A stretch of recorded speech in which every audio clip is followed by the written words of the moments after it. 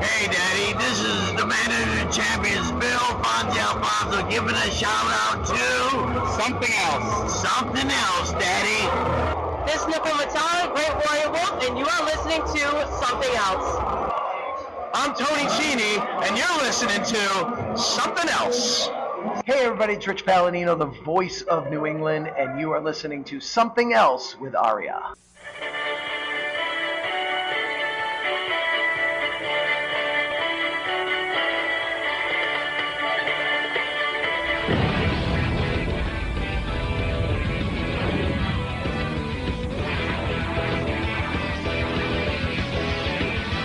And welcome to episode number 137 of Something Else. Feast your ear holes on this week's episode as we take a look at NWA Total Nonstop Action from 22 years ago today, October 30th, 2002. Joining me, as always, is the Slash to my primetime Brian Lee. It's Cyndi. Cyndi, how the hell are you today? Better now that I dumped Wolfie. Was I JC Ice or Wolfie D in PG-13? I think it's Wolfie D. God, Jimmy Dundee, what a tool. I had another line. If you just give me a generic intro, right, I would be saying, you know what? I've had a good day. I went to Southie and I converted a spread eagle for a spare. I am sure that makes sense to many people listening to this. I think it only makes sense to the 4 people who listen to the show that have done candle pin bowling. By the way, Slash is in fact Wolfie D. And I don't know whether or not I'm sorry to tell you this, but he's here until March of 2004. That's fine. Slash, I like Slash. It was Jimmy Dundee who was the dumbass.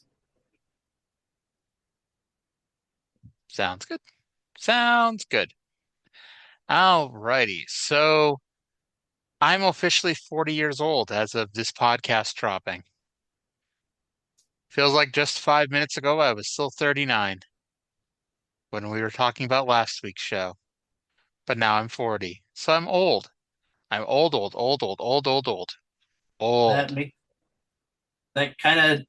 means you're entering cougar territory now. Oh, yes. And, in order to be a cougar, don't people have to be like coming after you or whatnot? Does this mean I've got to watch Cougar Town and like mimic myself after Courtney Cox? No, but being who you are, I'm pretty sure some 25-year-old will be after you soon. I don't know how to react to that. Being who I am. Okay. Hopefully that's a good thing, being who I am. Look, if somebody like me could be in a relationship for 2.5 years, you can too. Well, speaking of people considered cougars, Dixie Carter is a part of This Week in Jerry Jarrett's book. As Jerry was in a meeting with Dixie and other members of Panda Energy, and they criticized Jerry Jarrett's writing of the shows for 3 hours.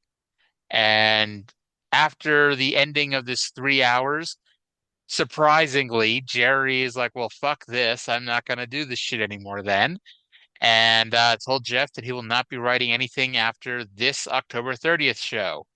And then he says he thinks that Six Pac, Scott Hall, Curt Hennig, and Mike Tenay will all quit the company if Jerry Jarrett is not writing the shows. I like that specifically. It's not just anything else. It's that they'll quit because he is not writing the shows.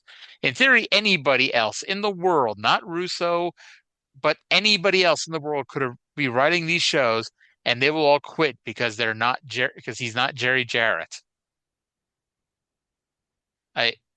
I know Jerry's going through some shit right now, and he's in a power struggle that he didn't want to be in, but I think he's got a little bit of an ego.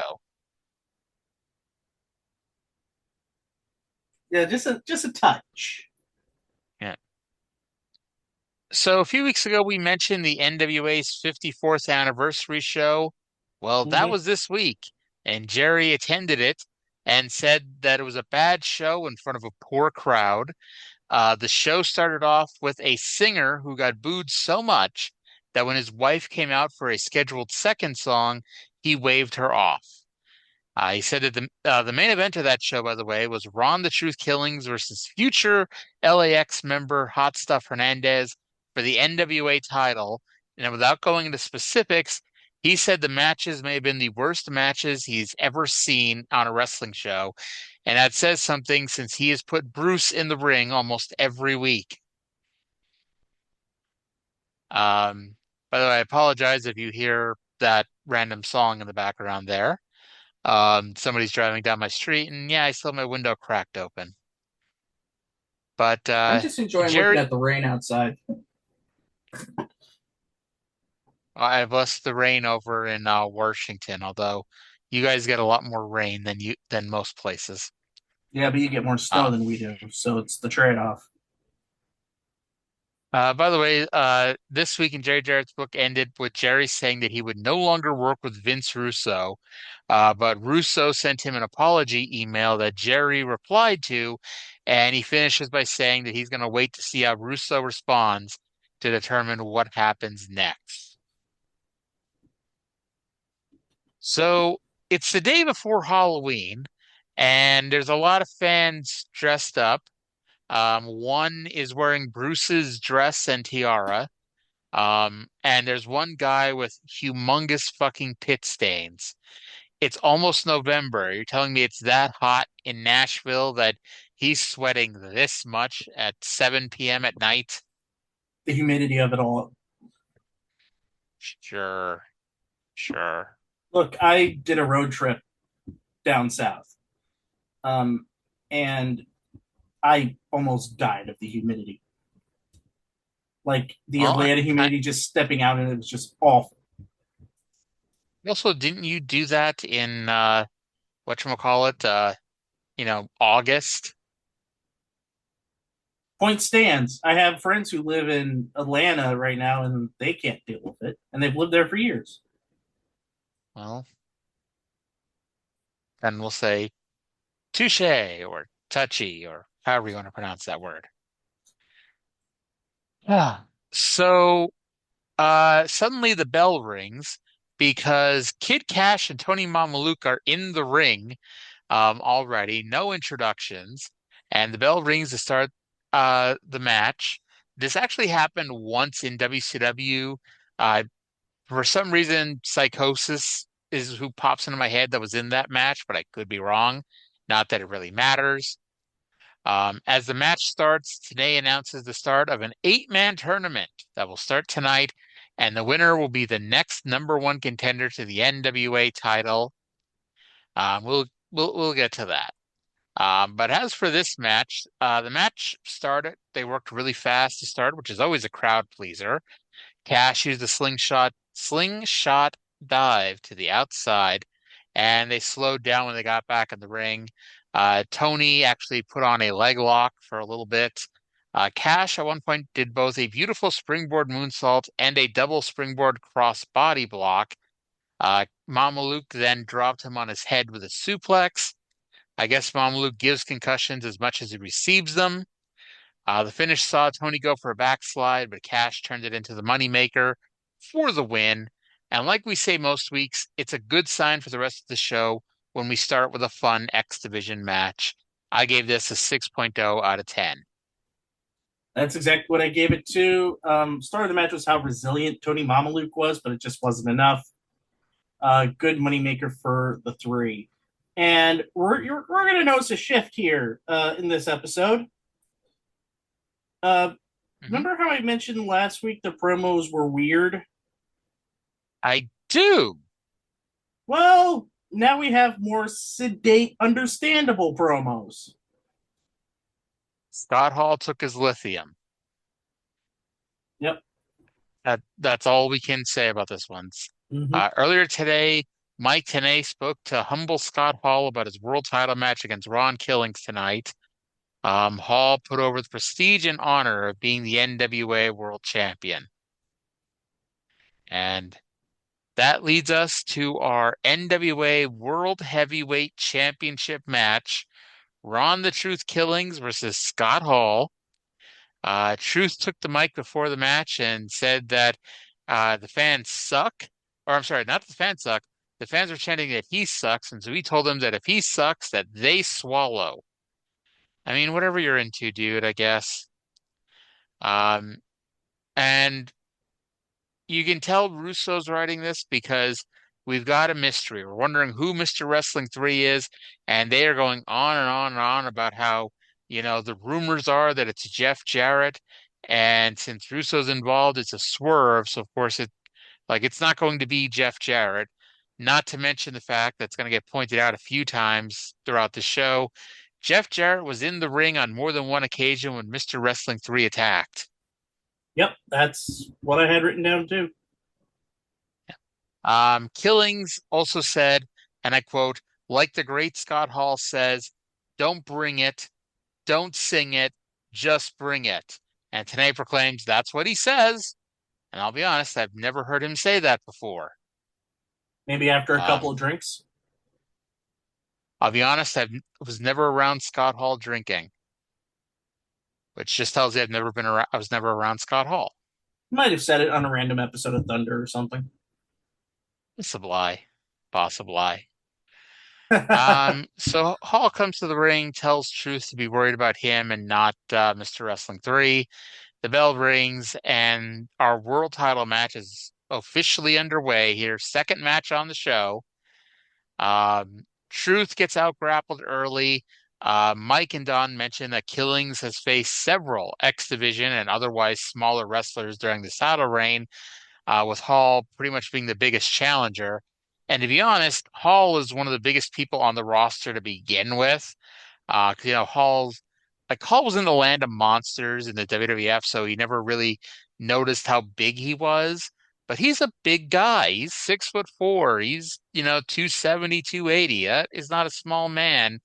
And Truth, he's got Truth by a good 3 or 4 inches and a good 40 to 50 pounds here.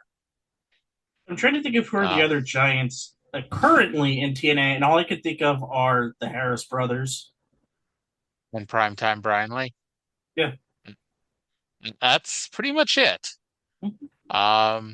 Hall battles back and uses his backdrop suplex from the middle rope. That's when Mr. Wrestling 3 runs in. Hall knocks him down and rips his mask off. Who is it, you ask? We don't know, because 3 covered his face, rolled out of the ring, and put on a second mask. Meanwhile, in the ring, Truth hit a sit-out suplex for the win. I would complain about the world title match being second on the show, but this was not a main event match. I gave it a 2.0 out of 10. I gave it a 3 out of 10. It was fine, but I'm kind of tired of Mr. Wrestling 3. And we have that moment in time. It is official. This is Scott Hall's last match until 2004. What? No! Yep, Scott Hall's done. Holy shit, I didn't know this day would come. And I knew that one day I'd be in a fight with giant mutant wiener dogs, but I didn't know that Scott Hall would one day not be on this show. And yes, I'm so not believing this, even though I'm believing it. I'm not believing it to the point where I got to go look this up myself. And let's see. Sure enough, you are not lying. I mean, to be fair, I don't know for a fact that he's not on the show in the next couple of weeks, but he doesn't wrestle on the show again until November 23rd, 2004, when he wrestles AJ Styles on an episode of Impact. So, and go figure. That is Impact on Fox Sports 1 on Fox Sports Net. Yes, I was about to correct you there. It's not Fox Sports 1. It was Fox Sports Net. Yeah. So thank you, Scott Hall. You gave us something. You gave us some star power. And that's pretty much about it. And now we're going to get something else. We try to show a video package of the Jeff Jarrett Curt Hennig feud. As we mentioned last week, It turns out Jeremy Borash is the person that does all the Holocaust videos because he put this one together, and due to technical issues, it just didn't happen. So instead, we cut back live to Jeff Jarrett, who comes to the ring, and he has 2 points to make. And first, he turns babyface. Like there's no other way to say it. He turned babyface in this promo. He talked about how he made a promise 6 weeks ago to stop ranting and raving about his world title shot, and is now thanking the NWA for putting him in a #1 contenders tournament. He is also putting a bounty on Mr. Wrestling 3's head, and that if anyone who can tell Jarrett who Mr. Wrestling 3 is, he will pay him an undisclosed amount of money. And now Jeff Jarrett's about to turn heel again because Curt Hennig wanders out and calls Jarrett a dumb guy. Hennig randomly runs down Diamond Dallas Page again before asking why Jarrett and 3 are never in the same place at the same time. And Don West brought it up. I brought it up. Cindy's brought it up. They've been in the same place at the same time multiple times on this show. Hennig reiterates that Jarrett is Mr. Wrestling 3 and promises to kick Jarrett's ass. And instead of going to the ring and walking the 20 feet to the ring and doing it now, he just calmly walks to the back. And so that match is going to be later instead. So what are your thoughts on Jeff Jarrett's face turn and heel turn here? Be expected, of course. I mean, now he is the booker. He's now writing the shows with Vinny Rue. Well, it's not even like he's the booker. He's fucking Russo writes the shows, and then allegedly he edits shit. And to be honest, I've never heard a story of Jeff Jarrett ever editing anything Russo's written. I mean, if there was a time to do it, it was 2007. Oh yeah, those times when Russo would take a 1 hour episode of Impact and book approximately 3 hours of angles in it. And then there was that one time when there was 3 weeks between pay-per-views, but Russo miscounted and thought there were 4 weeks. So he wrote 4 weeks of Impact to tape in 3 1-hour shows. And instead of just taking out a bunch of unnecessary shit, they taped 4 hours of Vince Russo shows to fill 3 hours of Impact. Keep in mind, typically 1 hour of Vince Russo is enough to fill 3 weeks of shit. So you can only imagine how those 3 weeks went. I know this was my idea to do this, but you volunteered to join me on this. And because I nobody know, else would. uh, But you know what? so We have a goal. We are almost to where Brian and Vinny stopped. yes, Brian and Vinny made it to November 6th. So as long as we make it 2 more weeks, we beat them. And then we go after the current king, Who the hell would that be? Marky D. I'll take your word for it. How many episodes did Marky D do? I think he's now up to 45. Okay, so theoretically, he's 20 or sorry, yeah, 26 episodes ahead of us, which in theory means he will always be 26 episodes ahead of us, but we'll see how that goes. It depends. Um, Some weeks he does Ring of the Hawks. Sometimes he does other stuff. So all right, so there's a chance we may get done before him, even though he is 26 episodes ahead of us. Well, up next, it's time for a three-way match. It is NWA World Tag Team Champions Chris Harris and James Storm versus the Hot Shots versus Chris and Rick Michaels. Now, it's weird to culminate this feud because Harris and Storm are undefeated as a tag team. They have never lost. They have beaten both of these teams, including beating the Hot Shots multiple times. And so it's kind of weird the way it gets booked because we're having a three-way match because it's time to have a three-way match. And 2 weeks ago, Hot Shots and Michaels beat down America's Most Wanted. But then last week, America's Most Wanted beat the Hot Shots. So we basically booked a 4-on-2 handicap match here. But before we get into that, it's time for America's Most Wanted Watch Week 19. While Harris and Storm are not technically introduced as America's Most Wanted, they have AMW on their tights. So the watch is over and they are officially America's Most Wanted. It only took them 19 weeks to get to this point. Yep. So they make sure to note that this is first fall win, so it leads to the spot that we all know is happening because it goes as a 4-on-2 handicap match. They beat on the champions, beat on the champions, beat on the champions. At one point, they rip up the mats, revealing the cold-hearted concrete floor. And then, unless I'm missing something, nobody took a bump on the floor, which is for the better, but why pull up the mats then? One second. All right. So Harris fires up, match breaks down into the six-way brawl. The Alliance of Challengers shockingly breaks down because they begin fighting each other over who will get to pin AMW and win the match. Rick Michaels dumps the hot shots. And then the Michaelses hit a combo neckbreaker / diving elbow drop for a near fall on Harris.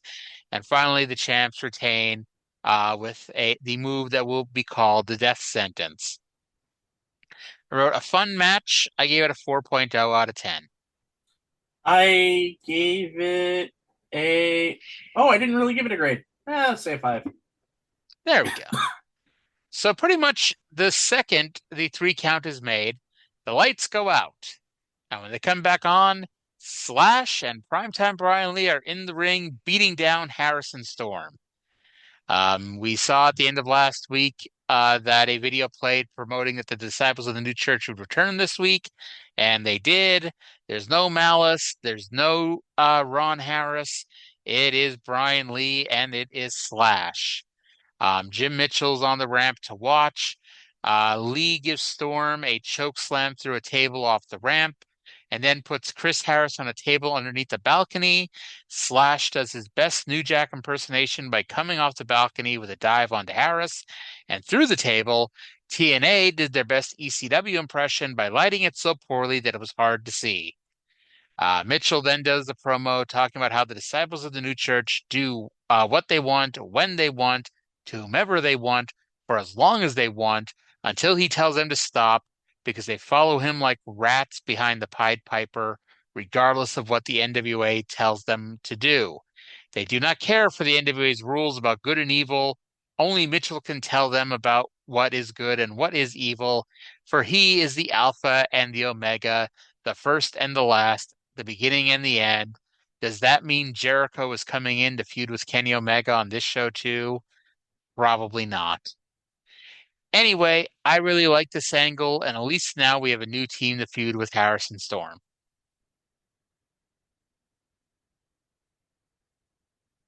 And Cyndi agrees with me, and you can just believe me for saying that, because, Cyndi over there. Yeah, I'm here. I just had to do some laundry stuff. I had to do stuff for the apartments. Sounds good. What are your thoughts on the new church? Thank God we got some fresh blood in the tag scene. Yes. Or should I say, thanks Satan. Yeah, we've seen Harrison Storm versus the New Church before, but it was Brian Lee and Ron Harris. And that wasn't New Church. Are you sure? Yeah, that was just. Remember, that was during the time Ron Harris was looking for a tag team partner. Yeah, but they were partners for like 3 weeks. Yeah, but that was not New Church. That was just those two as their own. Oh. Because remember, those two, it was part of that tag gauntlet because Styles and Lynn had their title stripped from them. Yes, and Harris and Primetime Brian Lee were a tag team that got thrown together, who made the finals. Well, Primetime Brian Lee is on a streak because over on Smoky Mountain, he just won the Smoky Mountain title from Tracy Smothers after turning heel. So maybe now that he's back and he's a heel, I guess he always was a heel, but now that he's a devil worshiper, he may be about to become the NWA Tag Team Champions here. Well, Isn't hope that springs great to eternal. see? Yes. The good news is he's not on either Mid-South Wrestling or World Class Wrestling from 1983, so I'm not watching Primetime Brian Lee on all three shows. Um, but earlier today, we get a pre-tape video package where Bullet Bob Armstrong tells Mike Tenay of a new rule change in TNA, and this is one that technically is in existence until they start, until they get rid of the NWA titles and just do the TNA titles. So from now on, a champion cannot save his title on a countout or a disqualification. And if a champion does either, they will lose their title. Now, the way Bullet Bob said it, maybe this was how it was intended, but Vince Russo is not a fan of subtlety, so what the hell? It sounds like if you're intentionally counted out or disqualified, you lose the belt. Now it's hard to unintentionally be disqualified, but I mean, you can be unintentionally counted out. But I guess that would leave things open to interpretation a little too much. So they're pretty much just going to be any count out or disqualification switches the title. For what it's worth, TNA does not change. You would think that if you're going to do this rule and make it work, you got to enforce the rules of wrestling. You can't have every match have 5 minutes of crowd brawling over the arena where everybody can do whatever the hell they want without any kind of consequence. You need to actually have rules. And that makes this stipulation make sense. But they're never going to do that. And thus, when I think they only do this 3 times where they change the title by DQ. And the most notable one was Sting losing the world title to Abyss on a DQ in 2006. And it's like that was after Abyss had an Abyss match with Sting, and then Sting got disqualified for breaking the rules. It's like, okay then. Rules for thee, but not for me. So dictated by Father James Mitchell in the Book of the New Church, probably written by the blood of the Audad. Yes. By the way, shouldn't they have announced this before the first 2 title matches on the show? Well, if you think about the Truth match, there was a reason to it. Plus, the ref was out. Yes. But, here we're theoretically being like, okay, we need to prevent AJ Styles and Amazing Red from being intentionally counted out or disqualified, which, whatever. But then he announces that, and this yesterday, actually, the day before we recorded this, Cindy messaged me saying that this show, the good on this show is very good and the bad on this show is very bad. So the Bullet Bob promo ends with him announcing that Stone Cold Don Harris will be the special guest referee for the entire #1 Contenders title tournament. Okay. This is immediately followed by the first match of the tournament, which is BG James versus Ron Harris, who, in case you've never listened to this show before and have no idea who these people are, unlike with Michaels and Michaels, Harris and Harris are not only related, they're twin brothers. So Don Harris is the referee for his brother's #1 Contenders title tournament match. Against the commissioner's son. Yes. Not only the commissioner's son, but the head referee's brother. There is a lot of potential bias on this program here. Potential? Now yes, they do announce here that 6-Pac versus Brian Lawler, which is a tournament match, is postponed to next week due to a hip injury that Waltman suffered during the AJ Styles match. And it's funny because I read that before I watched the match. I was watching to see where Waltman injured his hip, and I could not find it. In fact, he comes back later for the angle with Brian Lawler, and somewhere in there he injured his hip, and I got no idea where the hell it was. Probably during when Lawler tackled him, it jarred Maybe. something. But Don Harris stops BG from using a closed fist, which, hey, that's the rules of wrestling. Don also forces a break when Ron had backed BG into the corner and wouldn't do a clean break. While this is going on, during the number one contenders title tournament match, the first match in this tournament to determine a future world title challenger, Jeff, we cut to backstage where Jeff Jarrett has bloodied Curt Hennig. BG calls shenanigans at one point back in the ring when Ron kicks out, and so Don tells him off. Backstage, Hennig is wearing the Crimson Mask, and Goldilocks is frustrated by the lack of medical personnel to help out. Back to the ring, we have missed nothing. BG starts the fight out of a rear chin lock. He goes for the 10 punches in the corner, but Don pulls him off. So we're now 4 minutes into the tournament. 4 minutes into the tournament. And Bullet Bob comes out to fire Don for being a biased referee. And yet Don West, during it, said he was calling it down the middle. And he kind of was. You could argue, and it's a bit of a stretch, but you could argue that he should not be pulling BG off the buckle during the 10 punches. But like everything before that, everything before that was within the rules of wrestling. You're not supposed to use a closed fist, and he was warning each person for doing it. But Bullet Bob comes out 4 minutes into the tournament to fire Stone Cold Don Harris as referee, and sends out, shockingly, not his son, his other son, to be the referee here. While this is going on, we get a split screen where Curt Hennig has recovered, and he and Jarrett continue to brawl during this number one contenders tournament match. Don Harris tells Bob Armstrong off and tells Ron to come outside the ring before telling him to go back into the ring. Don and Bullet Bob shove each other before Don KOs Bullet Bob. BG rolls up Ron for the distraction for the win. This match sucked when we were actually watching the match. I was looking for Curt Hennig promos about DDP. And I gave this match 0.5 out of 10. I gave it a 1 out of 10. We're pretty much on the same page here. Yeah. And it gets worse.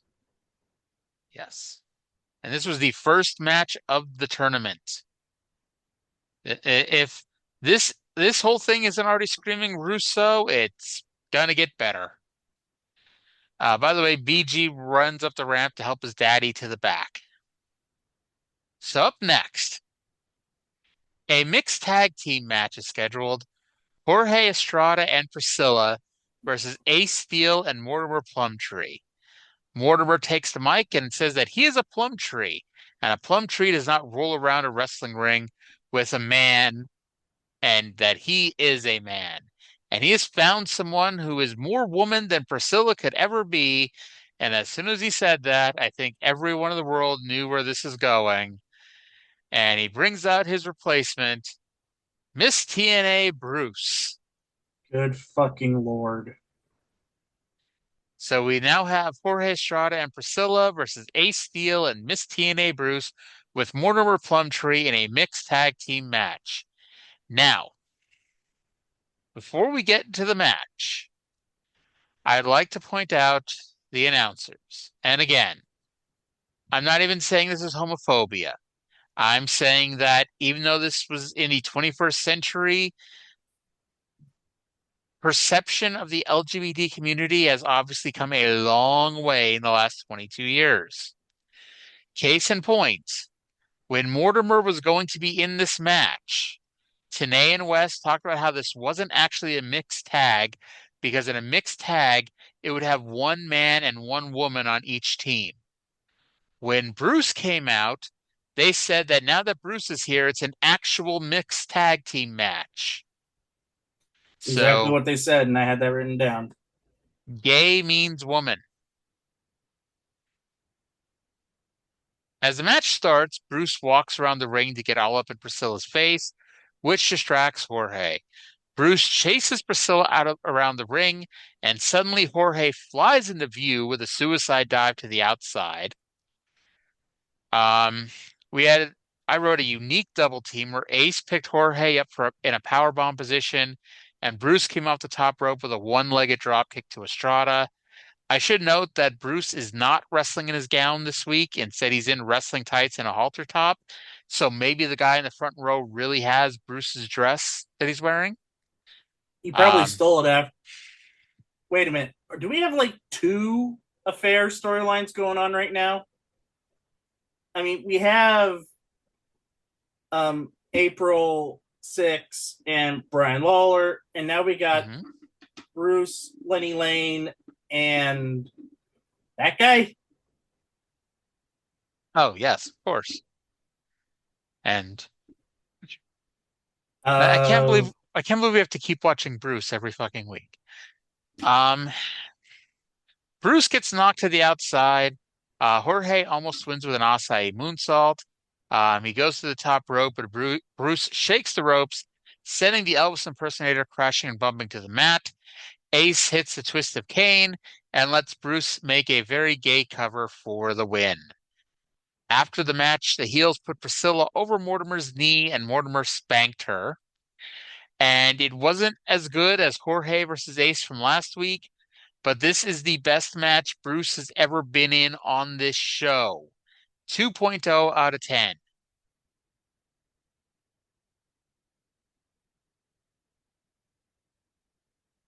And Cyndi is so disgusted by it that she has disappeared. Cyndi, can you hear me? People are asking where you've been. It says you're on mute, and I shall just continue talking about this show. This show used to be so good, but now it's not. I wish you would tell me why. Do you want to book a good show? It doesn't have to be a good show. Okay, bye. All right, so now that I'm done singing, Curt Hennig versus Jeff Jarrett in the number one contenders tournament first round match. This tournament already off to a rockin' start with that first match. Now, this is how I know that whether or not Jerry Jarrett is taking credit for this or not, this was definitely a Vince Russo idea because it got repeated many moons later when Sting was doing his fake heel turn in 2010, where they do a pay-per-view match, but the heel beats the shit out of the babyface before the match, leaves him bloodied and beaten. The bell rings anyway, and the heel wins immediately. And that's what happens here. Hennig stumbles to the ring. Jarrett runs out, beats Curt down with a chair. The match actually begins, and after a lot of stalling, Jarrett rolls Hennig in, hits the stroke, and picks up the win in 71 seconds. So yes, our first two tournament matches, one was that bullshit affair from earlier, and the second was a 71-second match. This tournament is very, very important. And then Jarrett chases Jeremy Borash with a chair for some reason. And they never actually show brackets. So at this point, I got no idea if the next round is Jarrett versus BG James or what. But it turns out that that's not what the next round is. BG James is actually going to face the winner of our next match, the Sonny Siaki Jerry Lynn match, which, yes, they're going to wrestle again. And Jarrett is going to face the winner of Six Pac versus Brian Lawler. More on that in the weeks to come. Mm-hmm. So I gave the match a 2.0. Cyndi has returned. Any thoughts on the mixed tag or the Hennig Jarrett match? The mixed tag can fuck off. And this Okay. was really just an angle which I thought was to write off Hennig. I will be wrong. Yes, you were wrong. But storyline wise, it's a 2. Yeah. Um, so yeah. So backstage, Goldilocks interviews Jerry Lynn about his upcoming #1 contenders tournament first round match with Sonny Siaki. Lynn talks about wanting to put his animosity aside with Siaki and concentrate on becoming the NWA World Champion. And then Siaki does a promo with Goldilocks, smelling her, and says that he is tireless and has stamina and will keep going all night long. Okay, then. Wait, there's a Sonny Um, Siaki promo? Or is this yes. still Jerry Lynn? Well, I've just combined the two into one. Oh, well, I'm still repairing the Sonny Siaki counter from a few weeks ago. I'm gonna say, how many times did Sonny Siaki say Sonny Siaki in this promo? The counter broke. By the way, we only have 2 more Bruce matches the next 2 weeks. And but I'm not even going to mention what happens also. I don't even know what week it happens, but there's another just fantastic Bruce moment coming up that yeah. Oh, by the way, did you talk about the finish of that match? Which one? The mixed tag where Yes. Ace hits his finish. Mm-hmm. And And I then wrote Bruce did a very gay cover. the hump cover. Yes. Real thing. Real thing here, people. Mm. So then we get Sonny Siaki versus Jerry Lynn in a #1 contenders tournament first round match. Last week I said that Jerry Lynn found the secret to having a good match with Sonny Siaki, and it was not a one-off because they had an even better match, I thought, this week. Yeah, they Um, did. Yeah, Lynn, the storyline, this whole feud's been going on, and the storyline has been about how Jerry Lynn injured his knee about a month ago. And this match begins with Lynn uh, dancing around, doing some jumping jacks to show that his injured knee is better. So, since his injured knee is better, they concentrate on Sonny Siaki working on his neck. Okay, then. So, it's Siaki working the neck, and hey, I mean, his finisher is, a move that in theory is going to hurt the spine, hurt the neck. So it makes sense. We'll say that. Um, and Lynn, by the way, Siaki goes to the top. Lynn cuts him off, does a really big superplex. But when they land, because Lynn's had his neck worked on the whole match, Lynn can't make the cover. Siaki backdrops out of a cradle pile driver and goes for the Siakalypse, but Lynn pushes him off and he crashes into the referee. Lynn goes for a German suplex, but Sonny kicks him in the balls before grabbing a chair. Both tried to use the chair, but in both situations, it came back to bite them in the ass. Seconds later, Siaki used a drop toe hold, sending Lynn into the middle turnbuckle, and then Siaki rolled him up, put his feet on the ropes, and got the pin. After the match, Lynn continued his quest for revenge, beating Siaki around the ringside area, up the ramp, and then as a callback to the injury angle from a month ago, Lynn threw Siaki off the ramp, crashing into the barricade. It did not look nearly as believable as it did when Lynn did it, and it didn't really look that believable when Lynn did it. But like I said, Lynn has figured out the mystery of having a really good singles match with Siaki. 7.5 out of 10. I think I gave like a 6.5. So still a great match though. Mm-hmm. Definitely. No doubt. So now Siaki, we find out later, he's going to wrestle BG James in the next round, and I haven't watched that match yet. And so maybe I'll be surprised, but I will bet my last dollar that BG James does not discover the secret of having a good match with Sonny Siaki. I think that's a secret that Jerry Lynn wants to keep to himself. Yes. The MVP of TNA does the JOB again. Honestly, if we went through, like, obviously Jerry Lynn has lost far more matches in his career than he's won, but how bad do you think that discrepancy is? I mean, when you think about it, he lost all the fucking time. Like he's like the most pushed loser perhaps ever because like he wasn't a jobber, but he just never won. Well, I'm not talking about just in TNA. I'm talking about in general. like the only time he really wasn't booked as a loser was probably in ECW.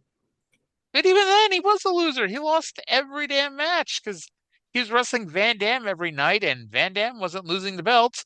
And like it took, like they wrestled for a year and a half until Lynn won one match, and he only won that match when Scotty Riggs turned heel on Van Dam. Yeah, he caught the clap. Oh Lord. But yeah, so Sonny Siaki moves on to the shock of, no one, because again, it's Jerry Lynn, and Jerry Lynn does not win. We then get an I Love Lucy video package recapping the Brian Lawler six-pack deal from last week, set in black and white. Because yes, it turns out April was sleeping with Six-Pac, but then she told Brian Lawler that he forced himself on her. And thankfully, they did not use the dreaded R word, but I'm worried that that is to come. Yeah. So then we go backstage where Goldilocks interviews Brian Lawler about the status of his relationship, and he says there's never been a relationship with as much love as those two. Not Romeo and Juliet, no one.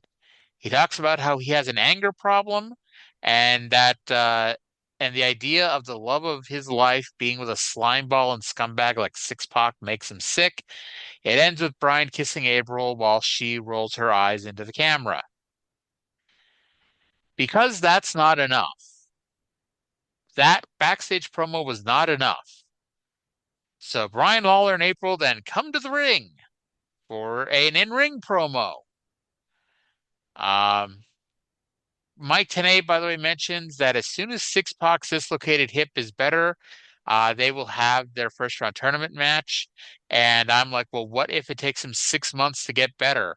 Will they just keep delaying the finish of this tournament until then? One can only hope. Nah, Jarrett's got to win the belt soon. Spoiler alert. So Lawler argues with a fan who's wearing a Nashville Predators jersey. He pulls him over the barricade and beats the snot out of him, busting open his nose. And then Lawler said that it's because of assholes like that fan that he will not let the fans listen to him speak. Okay, then. By the way, in case you somehow were out there thinking, man, I can't believe Brian Lawler beat up a fan, the crack TNA team picked up this guy and took him to the back. If this was actually a fan, why would you take him to the back? Maybe to get better medical care than they gave Curt Hennig. Possibly. Possibly. Then we have our main event.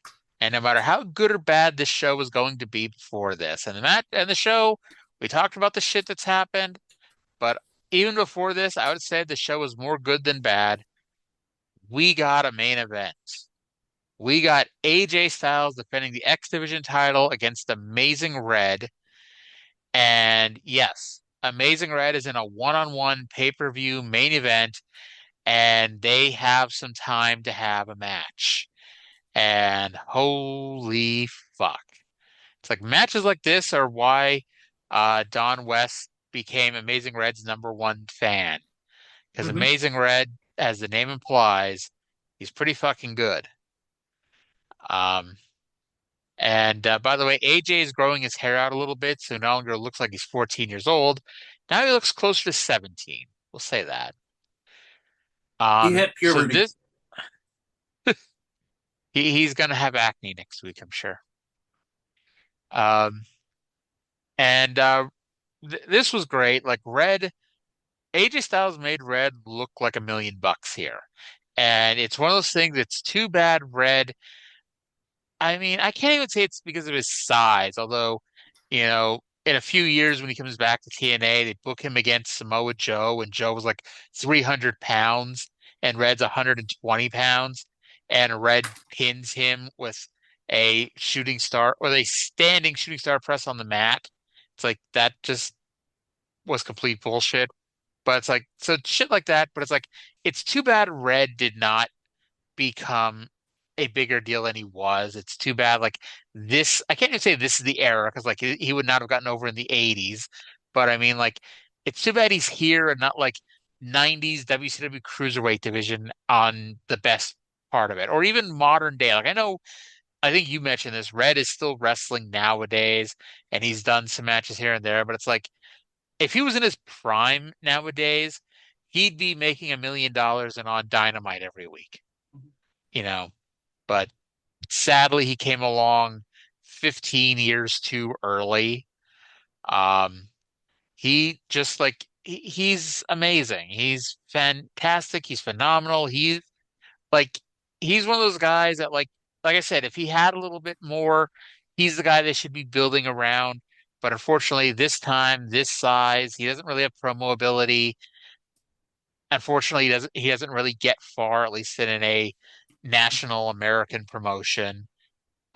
He hits a lot of big moves on this, and the Asylum, they were ready for him to win. Like, let's just say that this was not one of those times where it's like, oh yeah, AJ's just giving us some moves, and we're like, whatever. Like, no, these people believed Red was about to win the belt, and they were very willing to accept this. Um, Styles keeps going for a Styles clash. Red keeps getting out of it. It leads to the finish. He goes for it again. Red reverses it into a Hurricanrana. Mortimer trips up Red, and thankfully for AJ, the referee was not watching, or he would have lost the head up by DQ. AJ goes to the top for the spiral tap, but Red stops him and nails a Hurricanrana.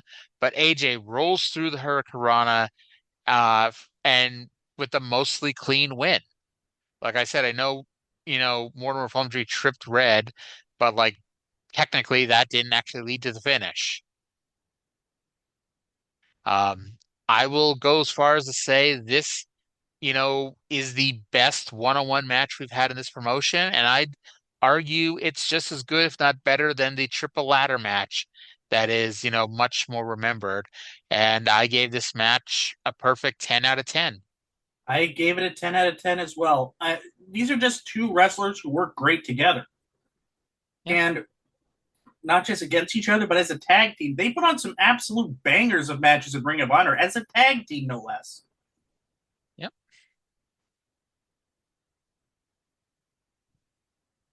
But yeah, so the show ends with Don West giving the big hype for next week. There's going to be an X Division tables match. Jorge is going to wrestle Bruce. AJ Styles is going to wrestle Jerry Lynn. Curt Hennig is going to wrestle Jeff Jarrett again. And BG James is going to wrestle Sonny Siaki, which is where we find out that that's the side of the bracket the tournament is. And honestly, I would have thought that, and I mean, I know who wins, but I don't know how the rest of the tournament plays out. I figured it would be Jarrett versus BG and Sean Waltman versus Sonny Siaki in the second round, and then Jarrett versus Six Pac in the finals. But apparently not, if BG's wrestling Sonny Siaki on that side of the bracket. So, overall, match quality. We had a lot of meh or bad matches on this show to cancel out the really great shit. So average match quality 4.25, which again is still higher than a lot of shows. Thanks, Bruce. Overall enjoyment, 7.5 out of 10. I said what you told me earlier. The good was great and the bad was awful. It is so painfully obvious the direction they need to go, and they're spending too much time concentrating on the shit that doesn't work. Because yeah, you can have some fun, goofy, stupid angles, but do it to where it leads to good matches. It's great having star power. Scott Hall, Curt Hennig, Road Dogg, Jeff Jarrett, these are stars that people know. And it's great having them on the show. But the problem when you have star power, you need star power who can go. And Jarrett can go. BG was limited when he was on his peak. Scott Hall is gone, obviously, and Curt Hennig is making a Are joke out of gone. this. Yeah. Curt Hennig is going to be dead in 4 months. Actually, not even four. We're down to 3 months. I think he dies on this show before David Von Erich dies in World Class. Like, that's going to be a really screwy week when I'm talking about both of them being dead at the same time. But yeah. So 7.5 out of 10. Future build. Looking at these matches for next week, holy shit. 4.0 out of 10, and that's being generous. Bruce in a singles match, like I said before, or BG does not have the magic of Jerry Lynn to pull a great match out of Siaki, bringing down my enthusiasm for next week, even with a promised AJ Jerry Lynn match. But that gives us an overall rating of 5.25. Once again, still higher than a lot of weeks we've had on this show. We're on a streak. 2 good shows. Maybe, just maybe, we'll get 3 in a row next week, you think? That's called a winning streak. It's happened before. Oh, lordy, lordy, lordy. We're in trouble when we're quoting Major League. I think it's time to wrap up the show. Yes. You want to plug anything before we get out of here? Yeah, mandatory overtime is bullshit. I agree, especially when you have a job that you hate. And I've had a few of those. Mm-hmm. All right. Well, that's going to do it for this week's show. I want to thank everyone for listening. I hope you all enjoyed it. We'll talk to you again in 7 days.